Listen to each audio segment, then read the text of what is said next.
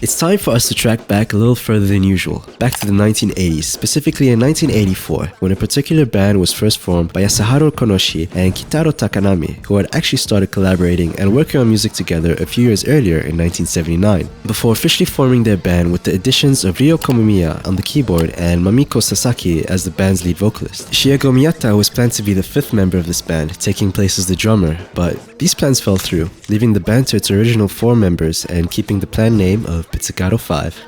Unlike Flipper's Guitar, who had gone through a few name changes, first starting off as Pee-wee 60s when formed by Keigo Yamada and Yukiko Inu back in their teenage years, before adding an additional 2 members who, just as quickly as they joined, had left the group. The pair then renamed themselves as Lollipop Sonic in 1988, playing a few live shows while bringing on 3 new members to the group, one of them being Kenji Ozawa, a good friend of a Yamada from middle school.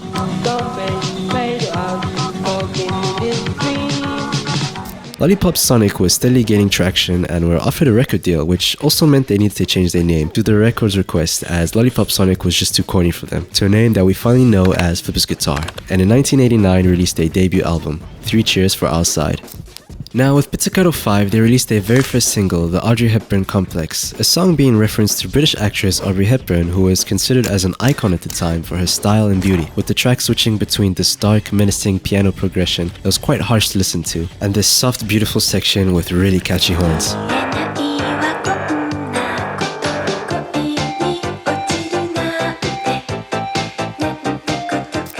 P5 are one of those bands with an extensive album catalog, pretty much releasing at minimum 1 album per year, with their debut album being Couples, released in 1987, being a cheerful and upbeat contrast to their debut single.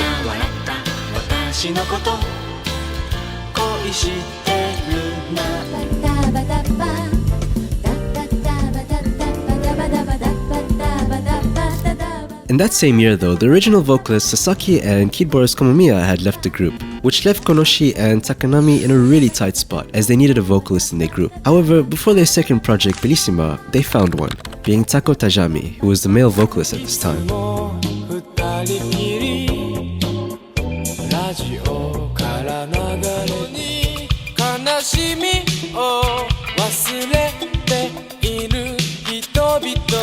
There was a few problems with this though, as the inclusion of a male vocalist was not working for the band's sonic sound, being a total mismatch, and the albums were a complete flop. However, all this would start to change in 1991 when the band had replaced Tajima with Hi,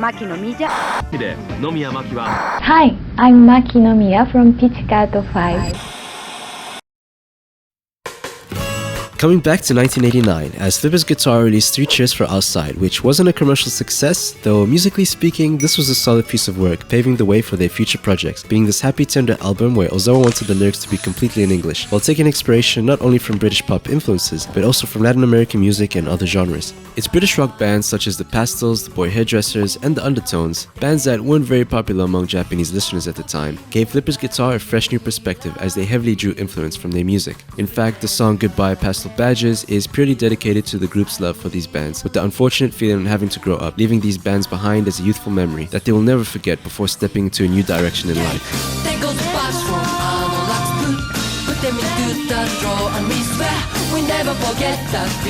The song contains heavy referencing of the Pastels and Tulagash's song Pastel Badges, while also name-dropping James Kirk, expressing the days they would copy his iconic French haircut. After this album was completed, the band was brought down to just Oyamada and Ozawa. The reason the other band members had left is quite unclear, but maybe due to the direction that Oyamada wanted for this band, a topic that may have affected the pair leading up to their final album.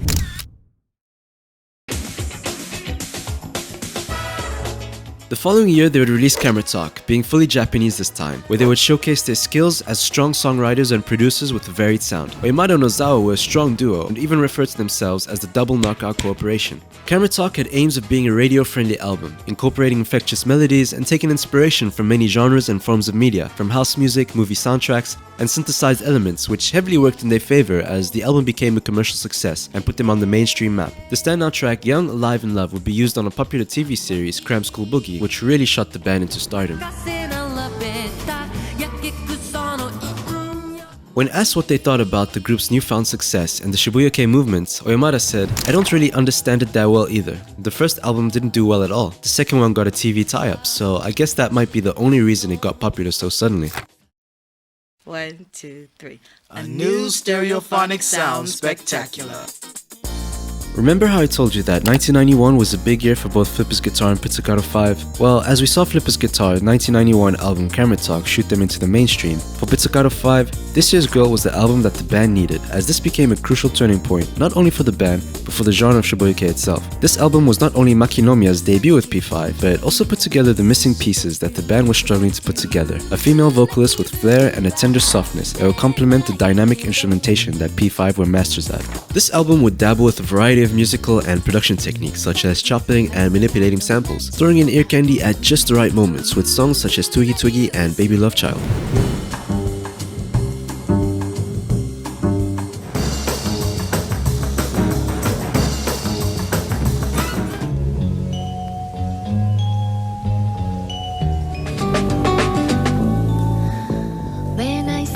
Following this album and becoming a success compared to their previous records, they would continue in this direction and releasing Sweet Pizzicato 5 in 1992, an electronic album that would further bring the band even more attention within the scene. But it wasn't until 1993 with their album Bossa Nova 2001 being their highest ranking album in the Japan charts, creating enough buzz to launch them into the international stage, building a cult following in and outside of Japan, with hit songs such as Sweet Soul Review. Just like Baby Love Child and Twiggy Twiggy, P5's music would appear on many TV shows and advertisements, something Makinomiya was already used to before her P5 days. Before their next album though, the trio of Maki, Konoshi and Takanami would follow the same fate as Flipper's Guitar, as the band would be reduced to just the two, once Takanami would leave to pursue a solo career. But this didn't stop the iconic P5 duo, as they would continue to release 7 albums after this change and continue shaping the sound of Shibuya-kei. But as Pizzicato 5 had just got started, Flipper's Guitar had suffered quite a different fate. As 1991 was the year that Pizzicato 5 would start to blow up, it would also be the same year where Flipper's Guitar would unfortunately disband. However, before disbanding, they released their final album, Dr. Head's World Tower, just 2 months after This Year's Girl. Both albums were very crucial in the influence of the Shibuya-kei movement, but varied in their approach. While This Year's Girl offered a more lounge, jazz, and pop feel, Dr. Head's World Tower delved into the dream pop, indie, and shoegaze territory. The album was an exceptional project that self-consciously projected the influence of Manchester Baggy, a dance genre founded in Manchester in the 1980s, and other artists through direct sampling of melodies, like taking the backing tracks from Primal Scream's album, and other bands like Strawberry Switchblade, and prominent referencing of the Beach Boys.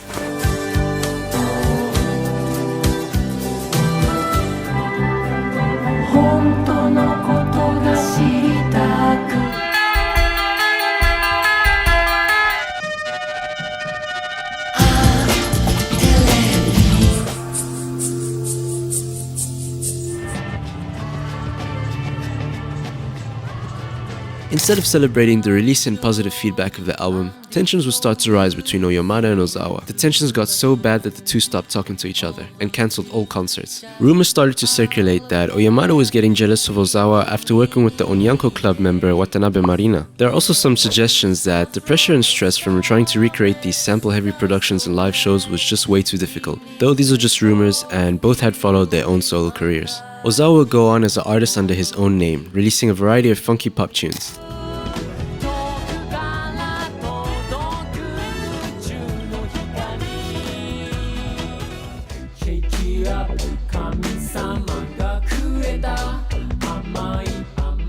So something pretty funny I stumbled across while looking at Ozawa's catalog was this clip of none other than Mr. Kanye West himself in the studio with the Teriyaki Boys, trying his hardest to pronounce Ozawa's track Boogie Back Tonight in Japanese. Boogie Back, Boogie Back,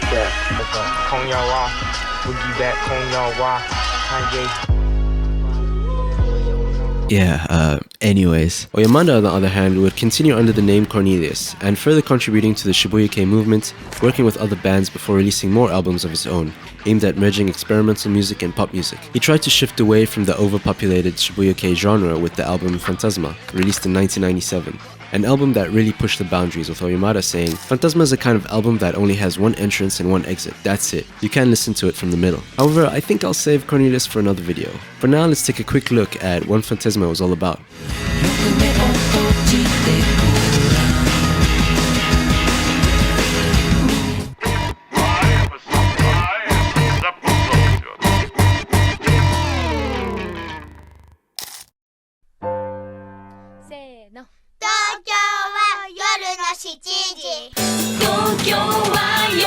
This brings us back to Pizzicato 5. As the band continued their dominance throughout the 90s, releasing 6 albums after Bossa Nova 2001, they also had many hit singles that pushed them further into the spotlight. And despite being released in 1993 as a standalone single, it was only in 1995 where their track, The Night Is Still Young, would become a smash hit across Japan.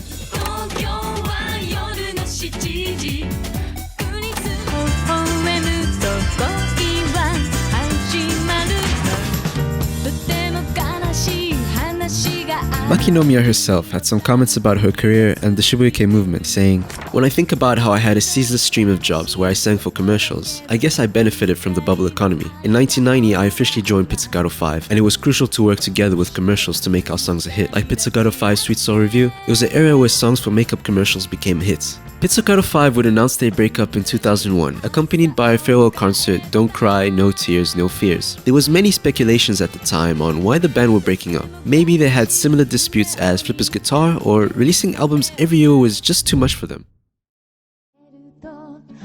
Well, in the end, Pizzicato 5's breakup was a positive one, as Kanoshi expressed his feelings on the split. Why did we separate? Our new album, Ciela du Japon, was too much of a masterpiece for me.